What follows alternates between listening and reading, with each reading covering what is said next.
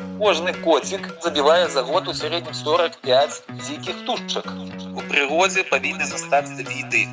Зімой трэба сталоўка, кармушка. Гэта наўпрост шкодзіць іхнаму здароўю. Здароўкі, вы слухаеце падкаст цэнтра новых ідэй пра тое, як жывуць беларускія рэгіёны і што ім або нам з імі рабіць. Чым жыве не сталіца, якія ў іх праблемы і ў чым яны наадварот крутыя. Пра ўсё гэта мы заўжды размаўляем з экспертамі і нашымі рэгіянальнымі лідарамі. Падкаст для вас вядзе Еўген Меркіс. Паехалі! Складана зараз лётаць у Беларусь і вылятаць яе ў іншыя краіны. Але ў кагосьці гэта дагэтуль атрымліваецца, нягледзячы на ўсе санкцыі. Пра іх і пагаворым сёння, а менавіта пра птушак. Якімі адметнымі відамі можа пахваліцца нашая краіна? Як на крылатых уплываюць змены клімату і чалавек? А таксама абмяркуем розныя парады і антыпарады адносна абыходжання з імі. Дапаможа мне з гэтым Дмітрый Віншэўскі, арнітолаг і рэдактар сайта «Птушкі штодня». Дмітрый, а наколькі наогул Беларусь цікавая для арнітолагаў? На каго ў нас можна паглядзець? Бо можна ж сказаць таксама, што ў нас няма нейкіх там дзівосных сапсанаў, пеліканаў ці пінгвінаў. Дык на што ў нас тады можна падзівіцца? Ну, насамрэч, для орнитологии не важно, сколько там видов. Хотя, конечно, с одного боку важно, потому что больше разностайность, больше магчимостей для вывучения и особных видов, и групп видов, и неких экосистем. Але на сегодняшний день в Беларуси означено за апошние прикладно 150 годов 342 виды, 338 официально, еще отрымливается сколько там, 4-5 видов еще на разгляде. Потому что каждый новый вид и назирание редких видов, они потребуют разгляду специальной комиссии, которая называется Белорусская орнитофаунистичная комиссия. И она збирається, на жаль, у пошні годы не так часто, ну, прикладно раз у год. И вот она повинна подтвердить это назирание. А наконт того, что у нас нема сапсанов, нема пингвинов, нема пеликанов, это не совсем так, потому что пингвинов сапраўды нема, а пеликаны залетают до нас. Ружовый пеликан прикладно раз у 5 год у нас назначается. И кучерявый пеликан назначен аднойчы. Что тычыцца сокола подорожника, якого называется сапсаном. Гэты вид у нас таксама азначаецца штогод, некалькі разоў, в основном на пролете, часам падчас зімоўкі, і ёсць звесткі, пакуль не до конца подтвержденные, что вось пасля 1973 года, калі азначена апошняе гнездаванне было на нашей территории, и он пачаў зноў гнездаваць. Ну, ось прикладно сколько, 50 годов маль пройшло, ну, недалеко под Гродно. Тому ось такія справы. Вось як, не ведаў. А куды мне, як звычайнаму беларусу, тады паехаць, каб падназіраць за найбольш цікавымі і адметнымі відамі? І як гэта зрабіць? Бо птушка, яна ж зараз тут, а праз секунду ўжо там. З чаго мне тады пачынаць? Ну, пачынаць, напэўна, трэба з того места, где вы живете, где вы постоянно можете быть, как бы без особливых затрат грошей, часу. Тому это звычайно лишь починать альбо каля дома, альбо там, где вы постоянно гуляете, проводите час, альбо з лесища. Повсюль есть у нас птушки, в городах есть прикладно 100 видов, тому для починающих, я думаю, что это больше, чем достатково. Птушки ёсць як і насекомые, як і расліны, яны паўсюль сустракаюцца. І да шчасця можна назіраць і ў іншых краінах, чым многія займаюцца, плацяць за это грошы, каб трапіць некія, паглядзелі ці новыя віды. Падчас адпачынку ці спецыяльна едуць паглядзець толькі за птушкамі. Таму праблем як бы з месцам, мне здаецца, нема. Ёсць праблема з тым, як вы кажаце, з чаго пачаць, таму калі ведаеш не шмат, альбо ведаеш амаль нічога, і нема оптыкі адпаведнай, нема вызначальніка адпаведнага, нема як бы магчымасці дапамогі ад калегі альбо ад сябра, які таксама ведае птушак, цікавіцца імі, ну тады, канешне, складаней пачынаць. Але калі гэта ўсё ёсць нейкі базовый комплект, ёсць жаданне, ну, то мне здаецца, што якраз ось апошнія, ну, десятигоддзі, так скажем, з гэтым няма асаблівай праблемы. Зараз ёсць і праграмы, і для смартфонаў, і каталогі, і вызначальнікі, ёсць групы розныя ў любым фармаце, і на Фейсбуку, і ў іншых сацыяльных сетках. где можно делиться своими и записями, и здымками. Такая асаблівасць, мне здаецца, у людзей вось нашага кола, так скажем, якія цікавяцца, які назіраюць за птушкамі, што заўсёды гэта добразычлівыя звычайна людзі, якія дапамагаюць і з самага пачатку, і потым, і таму ёсць як бы магчымасць роста пастаяннага і падтрымкі. Таму, мне здаецца, пачынаць цяпер самы час. Калі ёсць жаданне, то варта і трэба гэта рабіць. Вось вы прыгадалі арніталагічныя туры за мяжу. А да нас хтосьці ездзіць, ці ёсць адваротны нейкі трэнд? Конечно, это таксама пачалося не так даўно, хаця я гэтым упершыню з гэтым сустрэўся яшчэ, напэўна, які там 98-й год быў, таму гэта было параўнальна даўно для мяне. Пастаянна гэты рух павялічваўся, вось, на жаль, з-за ковіда ён як бы, так скажем, па вымушаных такіх прычынах ён прыпыніўся. Так ездзілі ў апошнія вось гады перед ковідам, так скажем, сотні дакладна бёрдвотчераў, якія з-за мяжы, практычна з усяго свету, найперш, конечно, з заходняй Еўропы, але таксама з усходняй Еўропы. Я меў бёрдвотчераў з Аўстраліі, з Злучаных Штатаў Амерыкі. Таму вось такое, як бы, людзі, якія хочуць прыехаць і паглядзець на нашых птушак, іх параўнальна шмат. І вось калі гэты візавы рэжым быў спрошчаны, гэты рух пачаў расці. Куды ездзілі людзі, куды мы іх вазілі, што яны глядзелі? В асноўным гэта, конечно, Белавежская пушча, Палессе, і некія іншыя рэгіёны побач, таму што прынцып такі, што людзі, якія прыязджаюць, яны хочуць менш ездзіць і больш назіраць. Таму максімальная ўвага была не пераездам, конечно, хаця можна было бы па ўсёй Беларусі вазіць, але выбіраецца нейкі рэгіён, такі параўнальна абмежаваны, і там ёсць набор відаў, якія гэтыя людзі, конечно, хочуць убачыць. Самых таких, так скажем, просунутых для Беларусі відаў, якія ведаюць, што і спецыяльна людзі едуць звычайна да нас, каб іх легчэй паглядзець. Гэта вяртлявая чаротаўка, белая сініца, барадатая кугакаўка, такая сава, вялікі арлец, гэта драпежная птушка вялікая, жоўтагаловы дятел, напэўна. Таму вось ёсць такі набор з 5-10 відаў, якія пажадана паказаць, пажадана ім убачыць. А за тур, які працягваецца, прыкладна у сярэднім 5-7 дзён, азначаецца у нас до 200 відаў. Як я сказаў, за апошнія гады, за 150 гадоў было азначана 340, і вось 200 відаў реально паглядзець вось за гэты такі інтэнсіўны на частцы краіны тур, прыкладна да тыдня працягласцю. Беларусы за апошнія дзесяцігоддзі шмат у чым змяніліся. А як змяніліся тады нашыя птушкі і іх паводзіны? Вось я па сваім горадзе, напрыклад, заўважыў, што дакладна стала менш вераб'ёў. Як бы дзіўна гэта не гучала. Раней іх было багата, ўсё дзяцінства з імі прайшло, а цяперака я нават і не прыгадаю, калі апошняга бачыў. І мне адзін арнітолаг казаў, што гэта можа быць звязана і з тым, што нашы вуліцы, сярод іншага, сталі проста лепей чысціць. І у птушак, у вераб'ёў, натуральна, проста стала менш корму, менш ежы. Дык што ў нас змяняецца ў гэтым плане? Як змяняюцца птушкі і іх паводзіны? Натуральна, што ўсё змяняецца. Звязана гэта не толькі з дзейнасцю чалавека, хаця, на жаль, дзейнасць чалавека, яна такі самы магутны негатыўны ўплыў. Хаця не заўсёды, конечно, негатыўны толькі, але найбольш, конечно, мінусаў, чым плюсаў у тым, як мы змяняем прыроду, і не толькі прыроду навокал сябе. Новыя віды адзначаюцца штогод.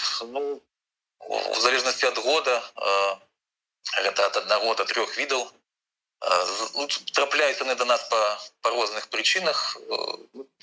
Самая першая прычына — гэта з таго, з чаго мы з вами пачалі размаўляць.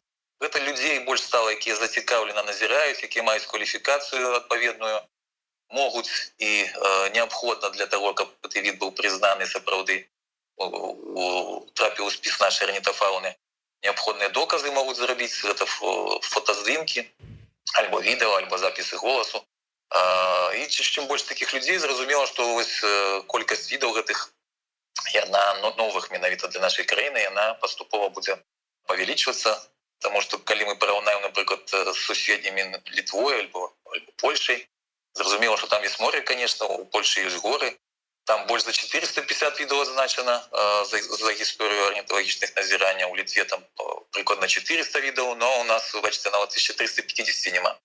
І большасць тых відаў, якія, напрыклад, жывуць у Сібірі і ляцяць некуды, не туды, на зімоўку, куды летелі раней, летяць некуды праз Еўропу, а не праз Азію на свае месцы зімоўкі, зразумела, што яны ў Польшы апынаюцца хутчэй за ўсё праз нас.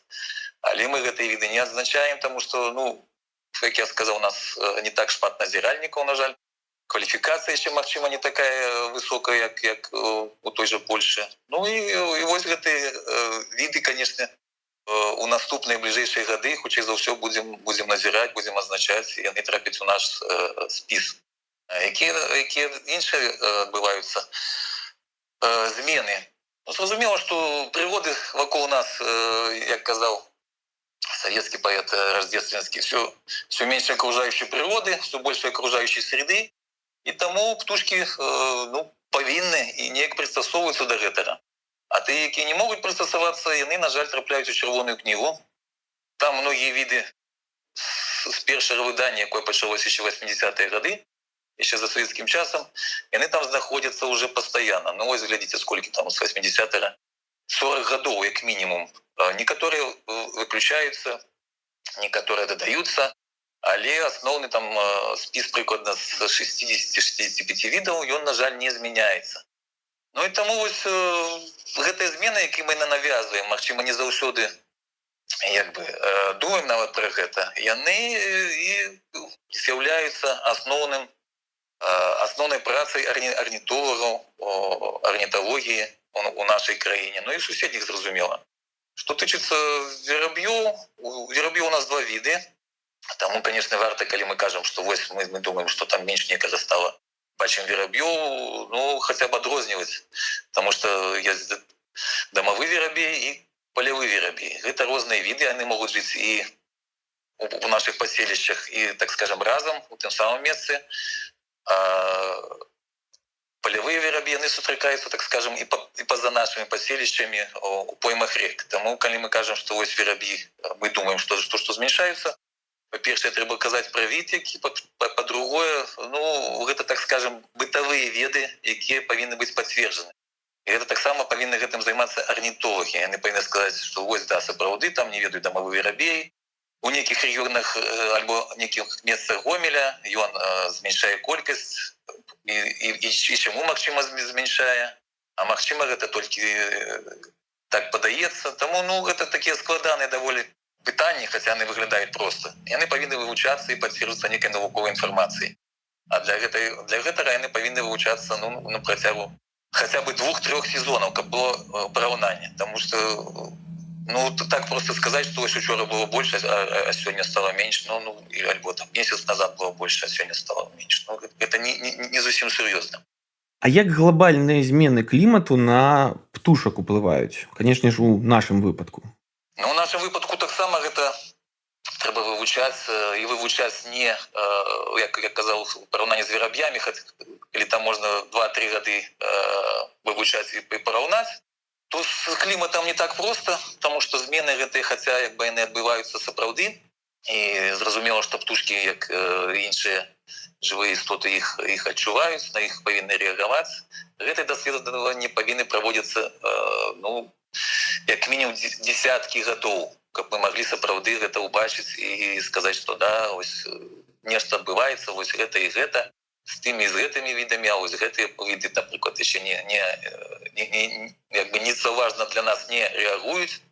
Таму для Беларусі такіх дадзеных пакуль няма, наколькі я ведаю.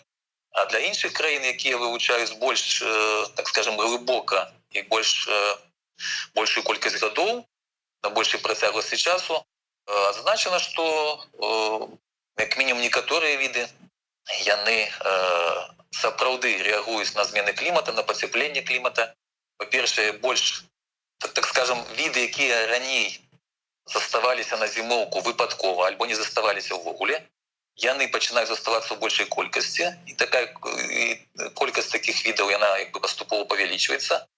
А тыя віды, якія адлятаюць і павінны вяртацца, а яны пачынаюць вяртацца штогод, ну, у сярэднім раней.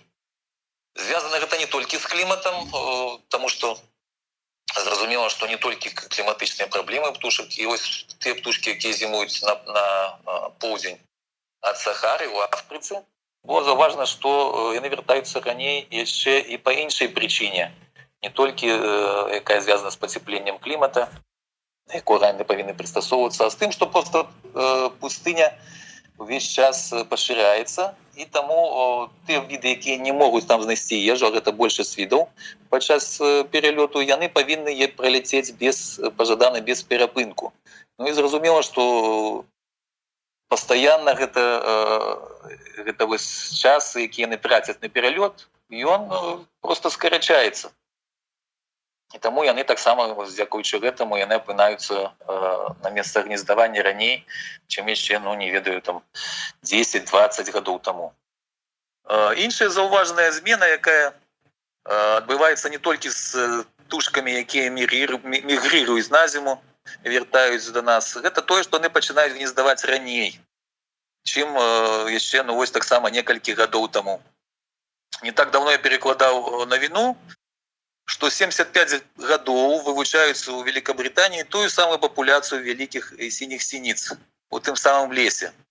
Ну, зразумела, што за гэты час даследнікі змяняюцца, але яны вывучаюць фактычна, ну, тых самых птушак і іх патомкаў, так скажем.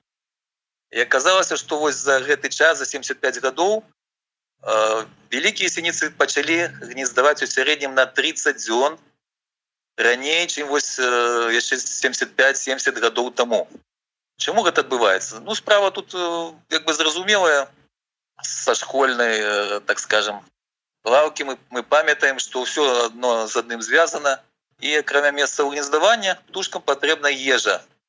І найбольшая колькасць ежы патрэбна, калі вылупляюцца птушаняты, і яны хутка растуць. І вось колькасць ежы этой павінна быць адпаведнай для таго, каб іх проста выкарміць.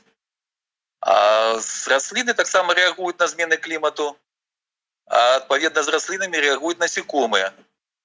І, напрыклад, вялікія сініцы, якія харчуюцца ў асноўным насекомымі, павукамі, іншымі бесхребетнымі, птушанят выкармліваюць вусенямі.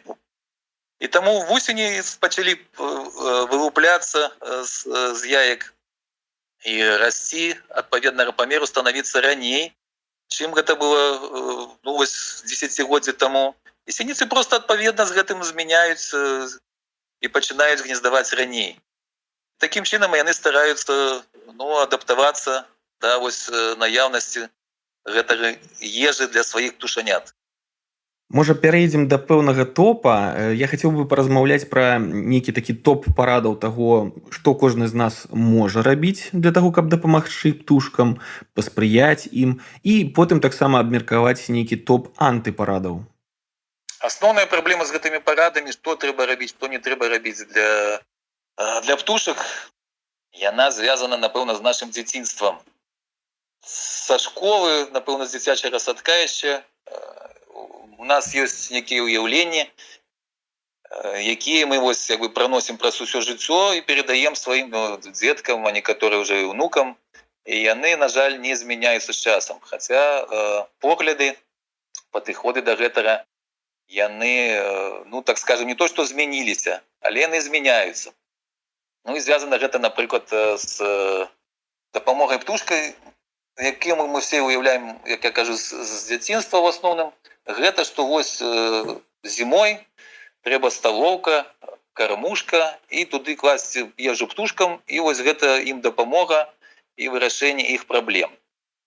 Ну, насамрэч, тут две такія, я бачу, асноўныя памылкі, базавыя, так скажем, і пастараюсь іх растлумачыць. Усё павінна пачынацца з таго, для чаго мы гэта робім. Таму што для птушак сапраўды, для дзікіх птушак гэта не трэба рабіць. І трошкі пазней растлумачу чаму. Калі мы хочам паглядзець птушак зблізку. Калі мы хочам паказаць нашым дзеткам, нашым унукам птушак зблізку, як бы прадставіць ім такое наше ўяўленне, што і ў птушак ёсць нейкія праблемы. Тады гэтая падкормка, выкладванне гэтага дадатковага харчавання зімой, напрыклад, яно не мае такой вялікай праблемы. Але калі мы да гэтага адносімся, што гэта вось сапраўды дапамога птушкам, то гэта, на жаль, не так.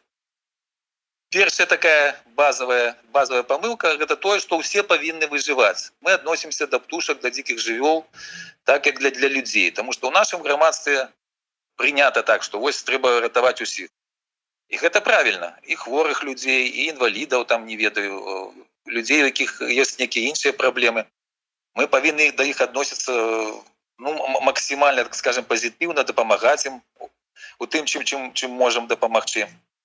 У дзікай прыродзе іншая сістэма адносін і іншая, так скажем, праблема з выжываннем звязана. Таму што ў прыродзе павінны застацца віды. А для таго, каб засталіся віды, натуральны адбор павінен адбіраць найбольш прыстасаваных, і большасць асобін, яна павінна загінуць для гэтага. Калі мы гэта разумеем, тады наш светапогляд трошкі змяняецца, і адносіны да гэтага змяняюцца. Таму што, напрыклад, у вялікіх сініц і ў іншых дробных верабійных птушак, пра якіх мы казалі трошкі раней, вось 10 птушанят, які вылупіліся гэтым летам, вылупяцца, да наступнага года дажывае добра, калі 1 з 10. У буслоў, напрыклад, хаця гэта нашмат большая птушка, да наступнага года дажывае 2-3 з 10. І зразумела, што вось гэтыя найменш прыстасаваныя для таго, каб від застаўся, яны павінны пастаянна гінуць. А калі мы забяспечваем ежай, максімум ці ўсіх птушак, атрымліваецца, што гэтыя найменш прыстасаваныя, якія так скажем, у іншых умовах, яны бы загінулі і размнажацца не змаглі б, яны перадаюць свае гены далей. І былі эксперыменты, якія вось паказалі, менавіта з сініцамі звязаныя, паказалі, што там, параўноўвалі две папуляцыі. Там, дзе пастаянна была падкормка зімовая, і там, дзе гэтай падкормкі не было. І аказалася, што там, дзе мы дапамагаем, сярэдняя колькасць птушанят на гнездзе, яна меншая, чым там, дзе мы не дапамагаем. І растлумачана гэта было такім чынам, што хутчэй за ўсё, дзякуючы гэтай нашай дапамозе, выжываюць птушкі, якія зімой бы інакш загінулі, асобныя птушкі. Яны таму яны менш прыстасаваныя, у іх горшыя, так скажем, генетычныя асаблівасці, і таму у іх менш птушанят. І таму, калі мы думаем, што вось мы насамрэч дапамагаем, асобным птушкам мы дапамагаем, а віду насамрэч мы можам шкодзіць. І вяртаючыся да таго, што я пачаў, што калі павінны выжываць віды, а не асобіны птушак, дык вось мы павінны пра гэта думаць. Іншая праблема, што калі мы вось выкладваем корм для птушак і думаем, што ўсе праблемы ім вырашаны такім чынам, насамрэч мы павінны дзейнічаць інакш. І вось цяпер мы пераходзім да таго, як дапамагаць птушкам. Правільна, так скажем, з біялагічнага пункту гледжання. А для гэтага трэба больш не рабіць, чым рабіць. А што трэба не рабіць? Па-першае, не спілоўваць, не знішчаць старыя дрэвы, таму што старае дрэва – гэта насамрэч такі мікрараён для птушак. То, што для нас мікрараён, гэта наше жытло, некая сістэма крамаў, паслуг, які мы можам атрымаць у гэтым мікрараёне. Тое самае гэта 1 ці 2 ці 3 старыя дрэвы для птушак. Таму што яны там гнездуюць, яны там знаходзяць месца для адпачынку, яны там знаходзяць месца для навучання птушанят пасля таго, як яны выведуцца, і знаходзяць корм круглы год. Не толькі зімой, калі мы там дапамагаем, выкладваем на нашу сталоўку, якую мы усталявалі, а там яны харчуюцца круглы год. Акрамя гэтага, кусты вельмі важныя. Акрамя гэтага, вельмі важная пастаянная раслінная покрыва, нават сухая трава. Асабліва важная пустазелле, якое мы пастаянна стараемся знішчаць не толькі ў гарадах, але на сваіх лецішчах, ну, на сельгаспалетках, уздоўж дарог. А гэта вельмі важная крыніца харчавання для птушак, асабліва ўзімку. Таму калі мы гэта ўсё заставім, ну, то і не трэба гэтыя сталоўкі там ставіць. Таму што сталоўкі гэта абмежаваная колькасць відаў. Гэта, на жаль, магчымасць распаўсюджання хваробаў інфекцыйных дзякуючы гэтаму. Ну і гэта, так скажам, такі самы падман, пра які я сказаў, што вось мы такім чынам вырашаем праблему птушак. А вось пра кармленне птушак мяне яшчэ што цікавіць? Ці можна птушак, ці тых жа самых там лебедзяў, качак у гарадах, вось канкрэтна гэтыя віды, карміць хлебам? Бо я чуў, што гэта наўпрост шкодзіць іхнаму здароўю. Ну і зноў жа вяртаючыся вось да гэтага падкормкі. Калі мэта наша паказаць дзеткам, што вось глядзіце, птушкі могуць падысці дзікія блізка, нешта там у нас беруць, мы такім чынам дапамагаем, гэта як бы прымальна. Таму што праблемы вялікай ад гэтага няма птушкам. Хаця ёсць там даследаванні, што развіваюцца хваробы некія. Ну, насамрэч, каб шмат трупаў плавала пасля гэтай падкормкі, мы не бачым. Таму праблемы такія абмежаваныя, канешне, ёсць, але казаць, што мы такім чынам дапамагаем, ну я зноў кажу, што гэта самападман, па-першае. І па-другое, мы частку птушак такім чынам затрымліваем зімой там, дзе яны не павінны ўжо знаходзіцца. Таму што ў адрозненне ад сініц, адрозненне ад верабійных птушак, якія харчуюцца ў нашых сталоўках, яны застаюцца так ці інакш недзе, ну, у радыусе некалькі кіламетраў. Будзем мы іх падкармліваць ці не будзем мы іх падкармліваць, іх месцазнаходжання ад гэтага ўзімку асабліва не залежыць. А вось у вадаплаўных птушак могуць пачацца праблемы. Таму што тыя птушкі, якія пастаянна карыстаюцца з нашай, так скажем, корма, з нашай ежы, і вадаём праз нейкі час замерзае, у іх проста не застаецца магчымасцей адлецець туды, дзе яны інакш бы зімавалі. Таму гэта такая як бы дапамога вось такім явным падтэкстам адмоўным.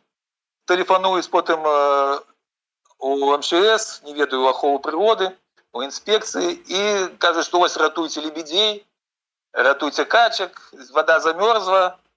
Ну так вы ж самі да гэтага прывялі, таму што яны так бы без вашых батонаў адлецелі б загадзя, і на тую адлегласць у тыя месцы, дзе ім зручна і як бы адпаведна ёсць умовы для зімоўкі, а так яны засталіся. Ну і атрымліваецца, што мы як бы прывялі да праблемы, хаця інтэнцыя была наша пазітыўнай.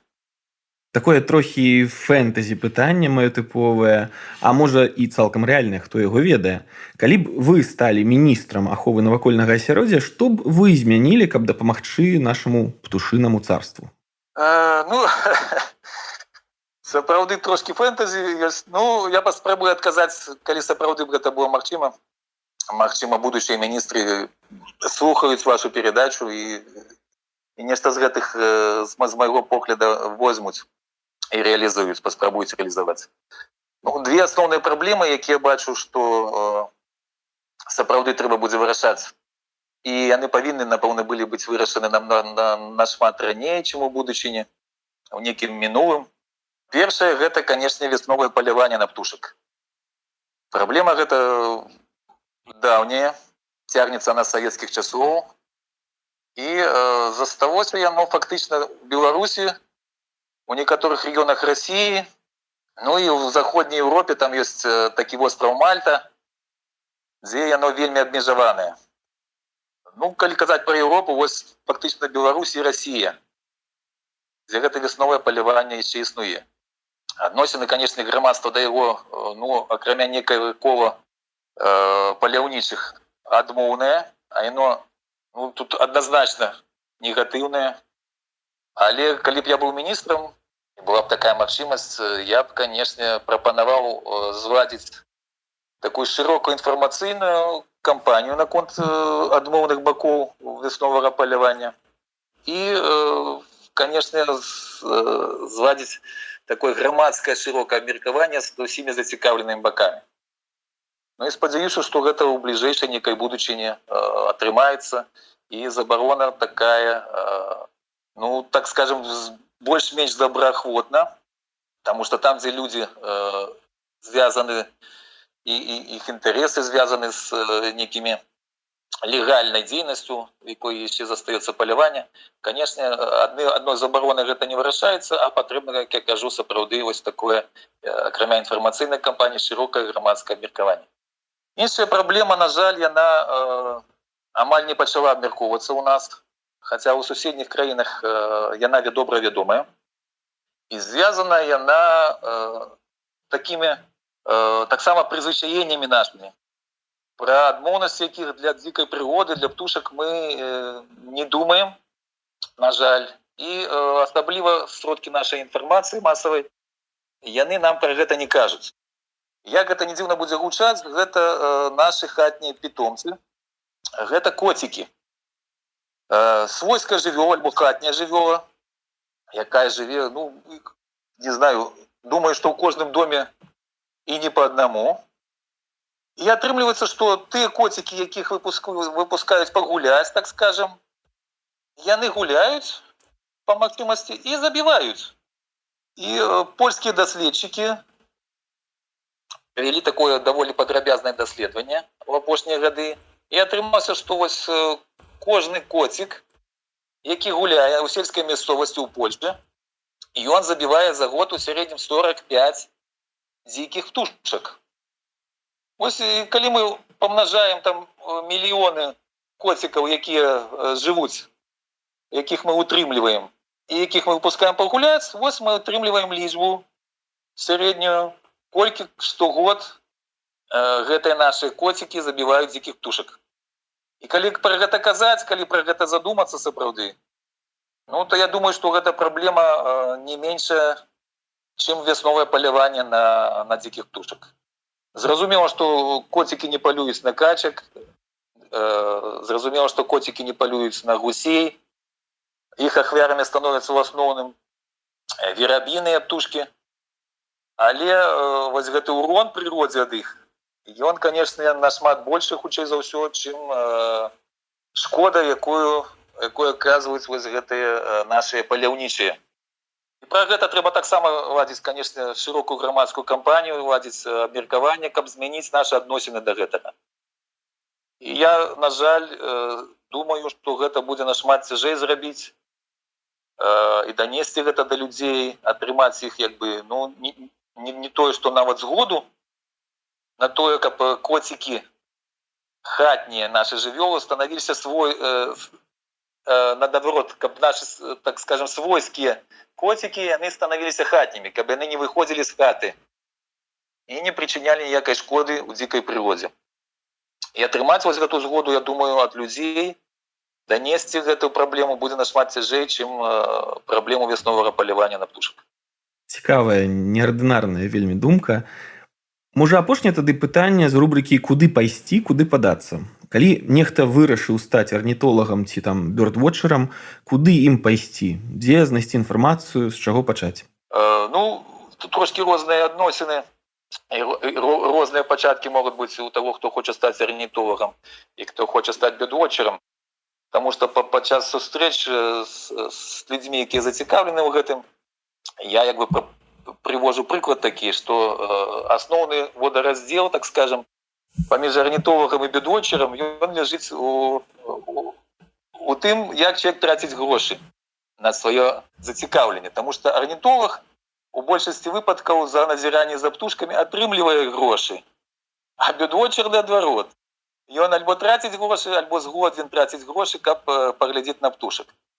Таму, напэўна, арнітолагаў мы з чаго пачаць, мы як бы заставім на некую будучыню, і людзі самі разбяруцца, таму што такіх людзей не можа быць шмат, і хутчэй за ўсё не будзе шмат.